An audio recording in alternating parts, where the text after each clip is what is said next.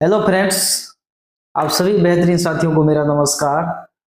मैं हूं डॉक्टर विकास और स्वागत है आपके यूट्यूब चैनल डॉक्टर विकास कुमार शो में। फ्रेंड्स, हमारे एक व्यूअर हैं शोएब। इन्होंने पूछे हैं सर, नेक मूवमेंट स्टेफनेस पे एक ब्रांड मेडिसिन बताइए। इससे पहले आप अगर मेरे यूट्यूब चैनल पे नए हैं तो चैनल को सब्सक्राइब कर लीजिए। वीडियो अगर आपको अच्छा लगता हो तो वीडियो को भी लाइक और शेयर भी कर दीजिए। फ्रेंड्स, सबसे पहले हम समझ लेते हैं नेक मूवमेंट होता क्यों है। देखिए, हमारे जो स्पाइनल कोड होता है, रीढ़ की हड्डी जो होती है, स्पाइनल कोड में 31 पेयर होते हैं। 31 पेयर कि उसके बीचों बीच जब भी वहां पे उसका जॉइंटर होता है तो वो जॉइंट में, मान लीजिए ये जॉइंट है, ये भी जॉइंट है, इसी को मान लीजिए इस जॉइंट में थोड़ा सा स्पेस रहता है और ये स्पेस से निकलने वाले नर्व होते हैं और वो स्पेस जो स्पंज करता है। मान लीजिए आप कभी दौड़ते हैं, कभी कहीं से कूदते हैं, तो वो स्पंज होता है, वो स्पंज टाइप से वहाँ पे फ्लूइड भरा हुआ होता है। जब भी आप कहीं से कूदेंगे, कहीं से दौड़ेंगे, कभी भी दौड़ेंगे कूदेंगे, तो वो जो फ्लूइड होता है वो स्पाइनल कोड फ्लूइड बोलते हैं उसको।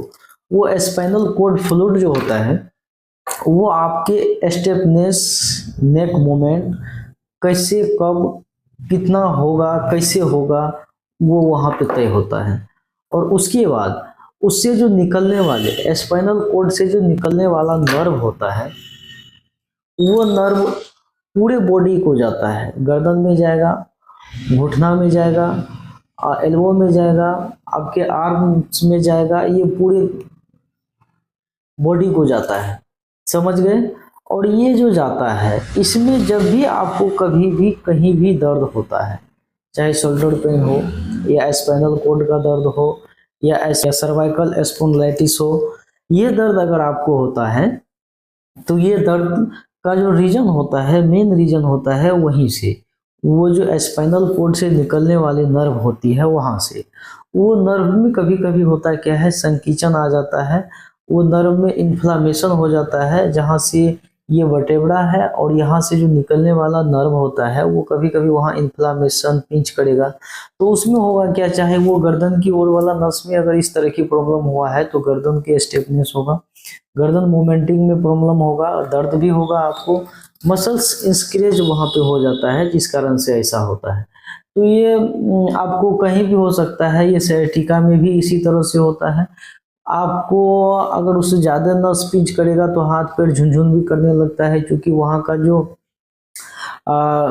CNS जो होता है, सेंट्रल नर्वस सिस्टम, वो तय करता है जो ये नर्व कहाँ जा रही है और इसका क्या काम है। वो सारे के सारे ये इसी पे डिपेंड पड़ता है। ये तो हम समझ गए। अब इसके बाद अगर ये परेशानी आपको दिखे, मान लीजिए सर्वाइकल स्पॉन्डिलाइटिस है या सर्वाइकल पेन है या गर्दन मूवमेंटिंग नहीं हो रहा है, ऐसे करते हैं दर्द होता है, ऐसे करते हैं बिल्कुल अकड़ल टाइप से रहता है, ये अक्सर मॉर्निंग में होता है। ये अक्सर जो है मॉर्निंग में होता है, महिला पुरुष ये दोनों में देखा गया है और ये होता भी है। समझ गए फ्रेंड्स। अब इसका इलाज पे हम लोग बात करते हैं। इलाज हम क्या देते हैं, इलाज इसका मेनली जो होता है, आपको सबसे पहले मसल्स रिलैक्सन टैबलेट देना है और पेन किलर मेडिसिन देना है और उसके इन्फ्लामेशन को कम करने के लिए जो दवाई दिया जाता है। और वो नर्व जो कमज़ोर हो गया है, नर्व को मजबूत करने के लिए, अगर आप ज़्यादा स्ट्रेस में रहते हैं, चिंता में रहते हैं, स्लीप एपनिया है, इंसोम्निया है, या आपको घबराहट होता है, पेल्पिटेशन होता है, तो उसके लिए सबसे पहले जो इसमें हम दवाई ऐड करते हैं, सबसे पहले जो बेटर मेडिसिन होता है वो नर्व को मजबूत करना, यानी जो नर्व है उसको स्ट्रॉन्ग करेंगे। और स्ट्रॉन्ग करने के लिए उसमें होता है गावा पेंटिन, गावा पेंटिन, और उसके साथ में नॉरटेप्टिलिन, ये 10 mg मेडिसिन उसको रात में देना है कम से कम 30 डेज। 30 डेज देने के बाद उसका नर्व मजबूत होगा और उसका जो गले में अकड़न है, स्टेफनेस है, उसमें उसको आराम मिल जाएगा, रिलीफ मिल जाएगा। दर्द होता है, अगर क्विक रिलीफ चाहिए आपको तो उसके साथ में जीरोडोल TH मैक्स 8, यानी कि जीरोडोल TH मैक्स 8 टैबलेट सुबह और शाम कम से कम उसको 10 डेज देना है। और उसके साथ में वाइसोलोन, वाइसोलोन एक स्टेरॉइड मेडिसिन होता है और इसका काम होता है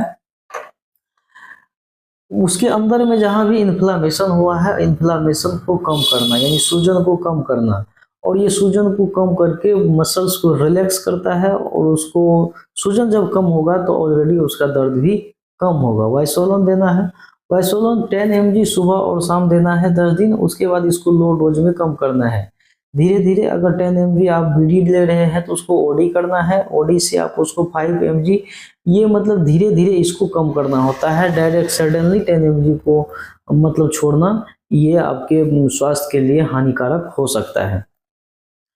उसके साथ में आपको जो देना है, उसके साथ में आप अगर आप चाहे तो लिवोकार्निटिन और विटामिन ई का जो कॉम्बिनेशन मेडिसिन होता है वो भी आप उसको 1 टाइम दे सकते हैं। ये दीजिएगा तो पेशेंट को का जो नेक मूवमेंट है, जो गर्दन में दर्द हो रहा है, इंक्रीज नहीं हो रहा है, ज़्यादा उसको तकलीफ हो रही है, ऐसा मेडिसिन देने से उसमें पूरी तरह से आराम मिल जाता है। अगर आराम ना मिले तो गाबापेंटिन का डोज आप कम से कम 1 मंथ से लेकर के 2 मंथ भी कर सकते हैं, ये 3 मंथ भी हो सकता है। लेकिन याद रखिए फ्रेंड्स, हर रोगी और हर मरीज का जो मामला होता है वो अलग होता है, तो उसके सारे के सारे डायग्नोसिस करके ही आप कोई मेडिसिन उसको दें तो ही बेटर रहेगा, अन्यथा आपको बुरा रिजल्ट मिल सकता है। अगर वीडियो आपको अच्छा लगा हो तो वीडियो को लाइक कर दीजिए, अपने पार्टनर को भी शेयर कर दीजिए। मिलते हैं इसी मुस्कान के साथ किसी अदर टॉपिक पे, अदर वीडियो में।